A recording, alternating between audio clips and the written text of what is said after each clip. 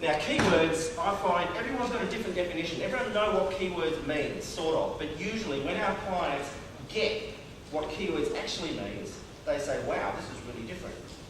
Keywords means a global database of every search term people have typed in through the search bar, recorded and reported back to you. What are people interested in about Fremantle?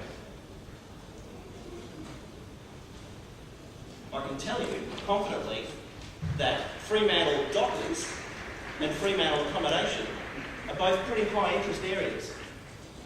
If you run a campaign online and you use a keyword that no one else uses, what are your chances? If you don't do keyword research and understand that this market research is there, it's free.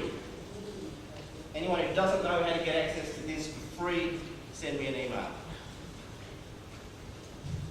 I'm getting the wind up. So, how long have I got? 2 minutes? Okay. My point, if I could summarise everything, is think of blogs as one tool as part of your online marketing toolkit. Because really, to market online, you've got to be thinking about end-to-end. Presence. Where do you put your message on the internet? Do you put it on your own campaign website? Do you put it on other people's websites? Do you put it into social networks? Traffic. A website with one visitor a month is not as good as a Huffington site with millions of visitors, is it? How do you get traffic? There's tools to do that. Social media are very important. I'm not going to talk about that, but think about social media as a tool for building traffic to your website. See that one in the middle? Conversation. A lot of businesses don't work as well as they could online because people see them and they go away. Really what you want to do is establish a conversation. Come back. Subscribe to my email list. Subscribe to my RSS feed. Do something that brings you back and gets the conversation going. Conversion. Who read the article in Marketing Magazine about the number of companies in Australia that don't even respond to online inquiries? Something like 50 or 60% of online inquiries don't even go answered. And once you answer them, converting them to a sale, that's hard. Think about that as another part of your thing. Blogs help you persuade people that you can be trusted. That you're not just an address, you're not just someone who's going to shaft them on eBay. You're real. Trust is critical to conversion, and blogs are a great way of creating trust online. Finally, follow up. So there it is. Marketing online, a lot of different tools. Blogs, put them in your toolkit. Get conversational, get personal, use keywords to understand where you're blogging. And now, I'll take a question or not. Yes, I will. A good question. Sorry, Elkie from Edelman. I'm quite interested in the whole discussion before Jen. The emphasis really seems to be on the social media space and blogs. But interestingly, our trust barometer research, which was used in the previous discussion we do annually, shows that here in Australia, blogs, the actual strength and trust in blogs is actually very, very low.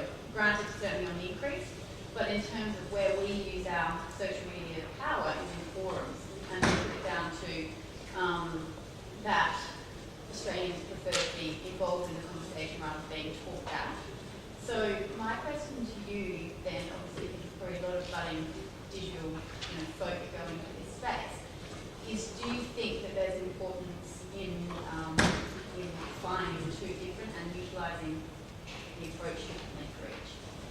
I think the medium is very, very minimal. It doesn't really matter. Whether it's a blog site or a web or a forum or a social media network, building trust is a matter of story and identity. Who are you? Can I trust you? Have you got something you're interested in saying? You can have that sort of conversation on a forum as easy as you can on a blog or a comment stream. So I'm a bit not hung up about the actual physical, tangible nature of the medium. The people matter. The people telling the story, they're the ones who build the trust. Because I think the other interesting thing that feels to me is missing through the discussion earlier, and not necessarily today, but is the transparency of both. Because blogs, obviously, there's a little more transparency. Forums in Australia, you need to be more transparent. And for the people you are going to digital space, they need to understand the importance of that transparency piece. And but on a forum, you just, Glen 46. You sort of go on a forum and there's nothing behind it. Might be better. You can go to my blog and you can see what I've been writing, what I've been reading, doing for the last few years.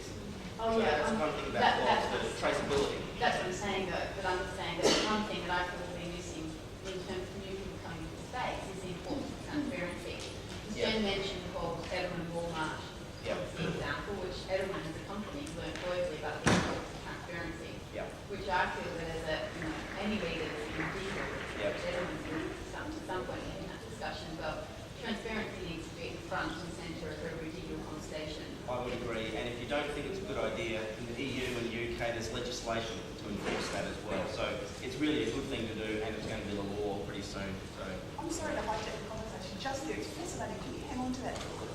So I'd like to introduce our next speaker, and I'll give you the chance a little bit later to come back with our panel and see some of the other people. Thank you. Thank you very much. Please. Sorry, I'm just conscious of the fact that we're running out of time, and we've got a range of wonderful speakers, and we will have the opportunity to talk to them again in just a little while.